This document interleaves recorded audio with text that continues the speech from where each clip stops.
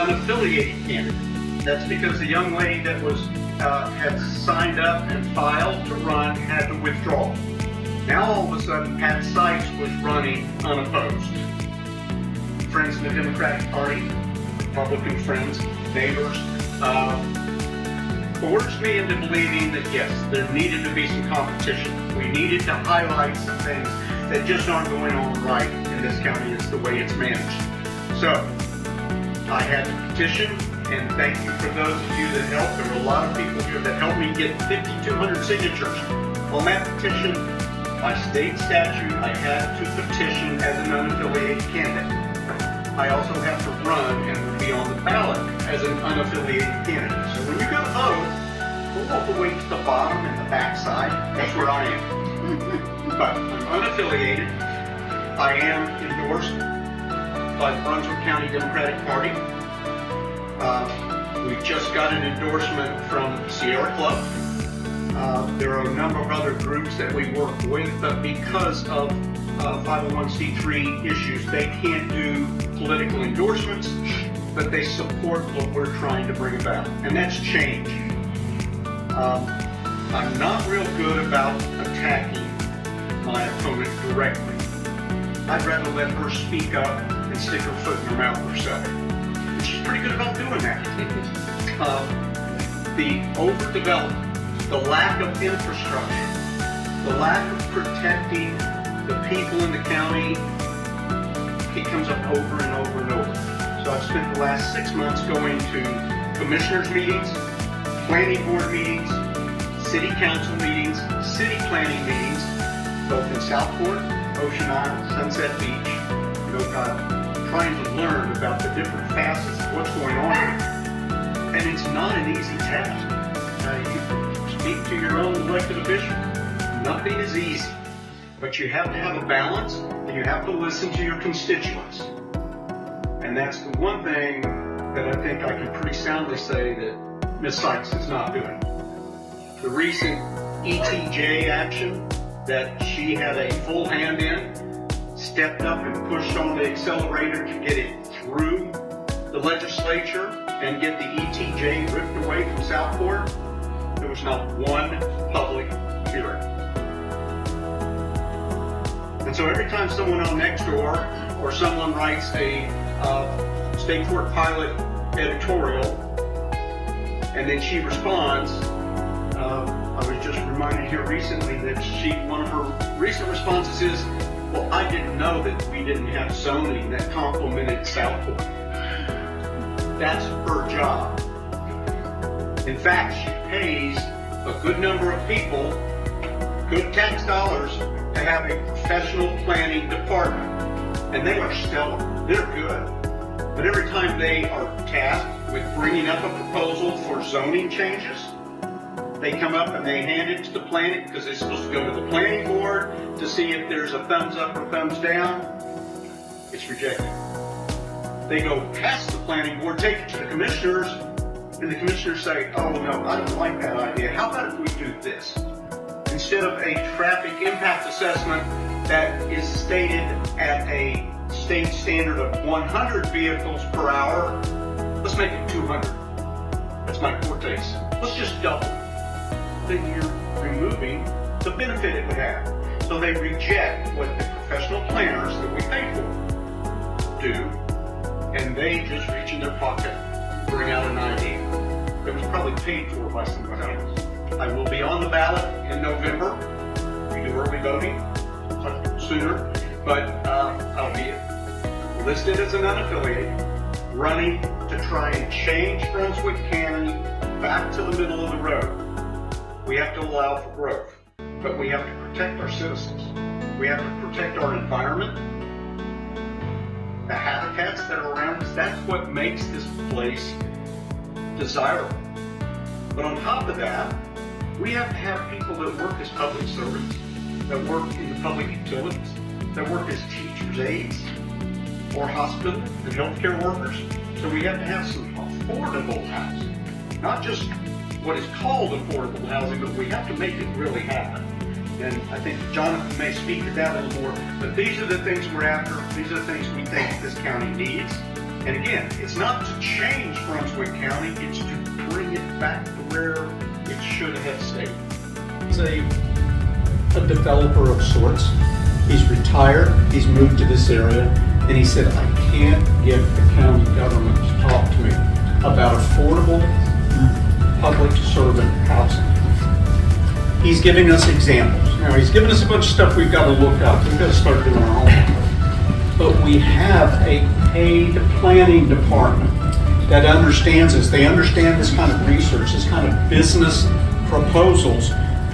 We're not reinventing the wheel. We go out and we find things that did work. We find what meets this county, what doesn't meet this county.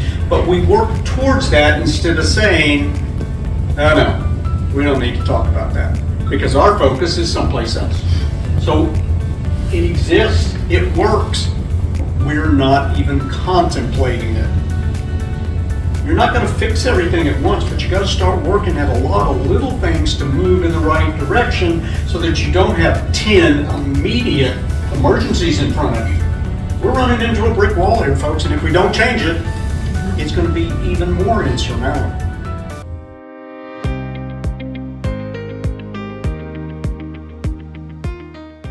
For me, a lot of the issues that I feel compelled that we need to talk about involve public health and safety of our community.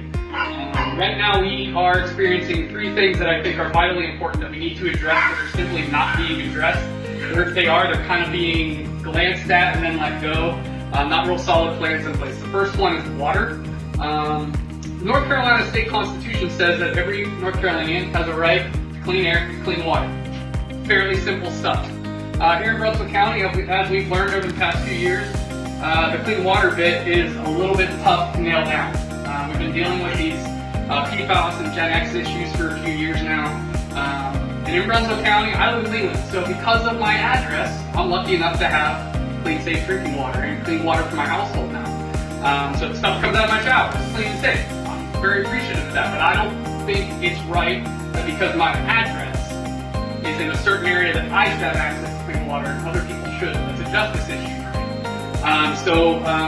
We have two water plants in Brunswick County. The first one is the Northwest Water Plant. It's up in the northern part of the county. It's been undergoing updates for a while now. It's blown through a bunch of deadlines. We don't really know when it's going to be online.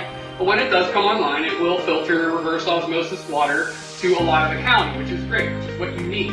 That's what I have in Leland through H2Go. So that's really good news. The more fuzzy part of the news is that in the other water plant, the 211 water plant, is older, it's outdated, and we know for a fact that it cannot filter PFAS and Gen X out. It does not have the capability to do that. There's been no conversation or plans that I can find that state they're going to work on that and make sure that gets updated. And we know that through the most recent groundwater tests, the raw testing has PFAS and Gen X in it. So that means it is filtered. It's not filtering out Gen X PFAS, but it's pumping it to our community. And here's the weird part, the unfortunate part. So those two water plants for a lot of the southern part of the county, down here and along, the southern border, a lot of these communities that are growing pretty quickly, they're going to get blended water from those two plants. So when Northwest comes online, it'll pump good reverse osmosis water, blend with water from 211, thus delivering. I've never been good at math, but I feel like when you add a negative and a positive, you get a negative, right? Am I right? I looked at Janice, she was like, I'm not giving you the answer.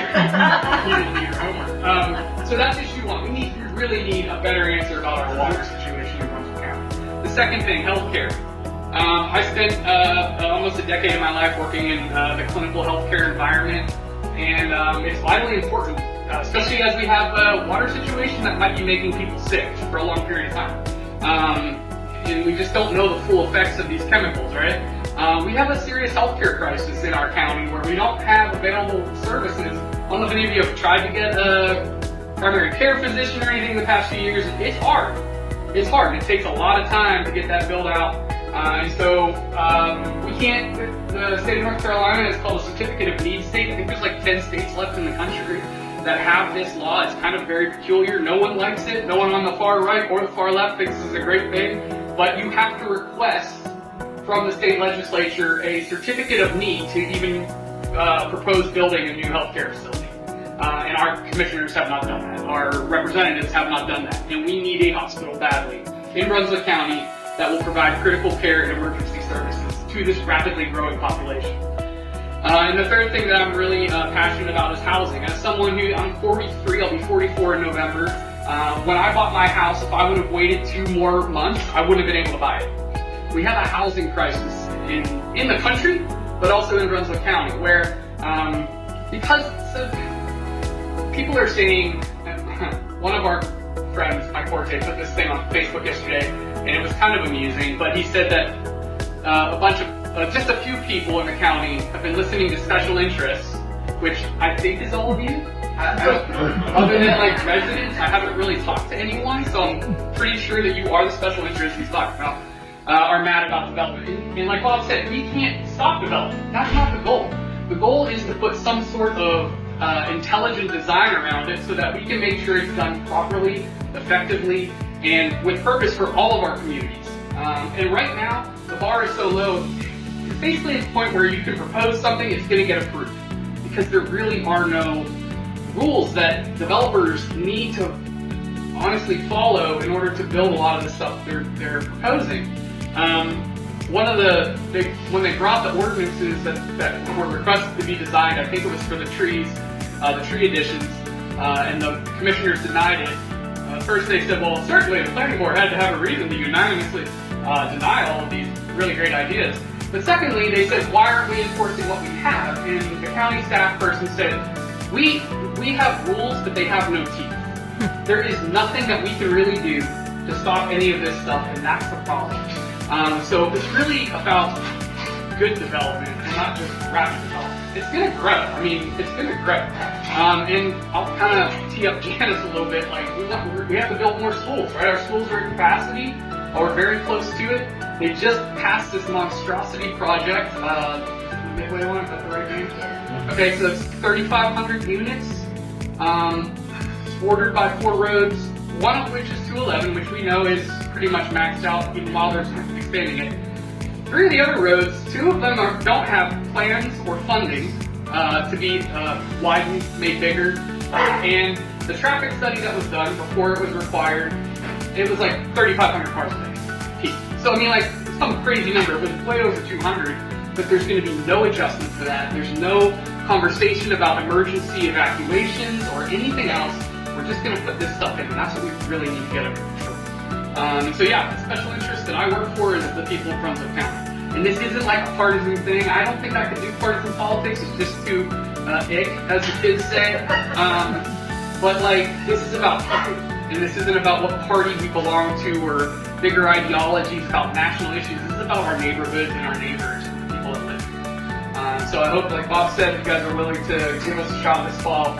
I don't know how many more chances we're going to get to try to get Brunswick County headed in the right direction, or at least turn this ship a little bit so that we can get some things in place that make more sense, that will support people and allow this development to occur, but also allow our infrastructure to keep up with it, and allow basically our existence to be at least what we expect it to be and what we deserve.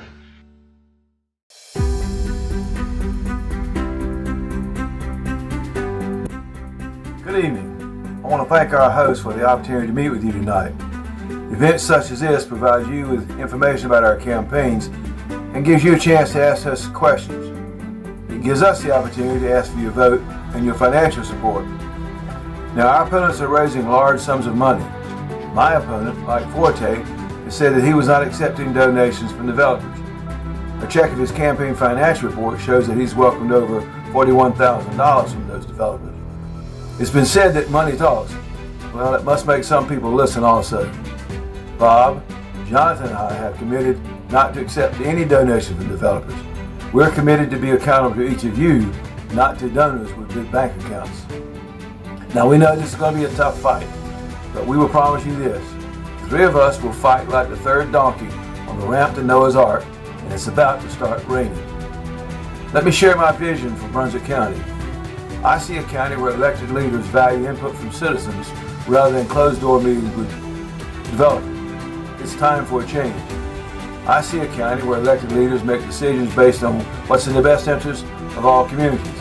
It's time for a change. I see a county where elected leaders are committed to doing what's right rather than committed to campaign donors. It's time for change. I see a county where the environment is protected from clear cutting, the air is clean to breathe, and water is safe to drink. It's time for a change. I see a county that welcomes growth but has a plan to manage that growth. It's time for a change. I see a county which can become an example of how good government should function. It's time for a change. Now, my vision for Brunswick County is not that hard to achieve. The hard part is convincing voters to commit to change. Nothing will ever change until we decide to make a change. So I'm asking each of you tonight to commit to make that change. Vote for a change. Now, there's 3 things you can do to help bring about that change. First, you can find someone that didn't vote in the last election. You can let them know that this election is just too important to sit out. Second, you can find someone that's not registered to vote. Get them registered to vote. Third, ask them to vote for a change, because that's what it's going to take to win this election. Let me leave you with this. When you hear someone say, "What difference will my one vote make?" I want you to tell them this. When you're trying to get some sleep, one mosquito can make a big difference. Vote Simmons, Damico, and Fulton for County Commissioner. It's time for a change. Thank you for your time and your support.